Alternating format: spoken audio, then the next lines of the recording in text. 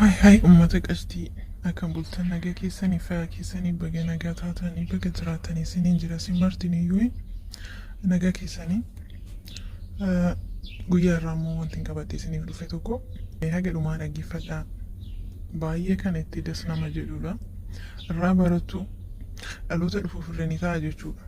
Inni sunis immoo maal akka ta'e isiniif bisa jechuudha. Dhokseen itti hime jedha mata dureen isaa. Maal akka itti dhoksee hime kana ilaalaa isiniin jechuu barbaada. Dhokseen itti hime sossobee harkisee muka jala naannessee otoo isheen na sodaattu godhuu manaatti geesse.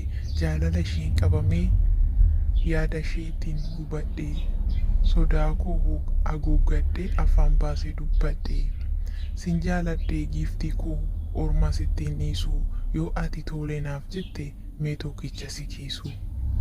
Jedhee tan itti madhee miidhama keessa koo silaa ishuuman jaaladhee maali dhabni onnee koo of keessaa baaseen sodaa fixadheen waan garaa koo bu'aa natti ta'uuf sodaan man salfadhee harmee koo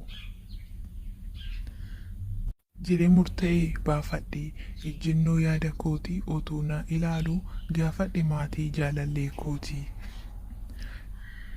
Sitti hafee yaaddoon kee gaafadhu malee naabin erga ishii jaaladhee kan na eeggatu rabbii jedhee of amansiise sodaattuun cooma nyaattu tuqii jaalala qabsi.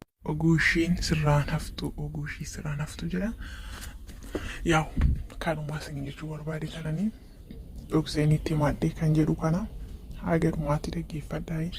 Warroonni maatii taatan marti keessanuu galatoomanii.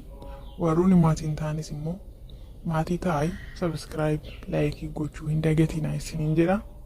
Isiniin jaallaan illee isiniin kabaja. Oolman keessan oolmaa bareedaa isiniif haa ta'u. Sin martu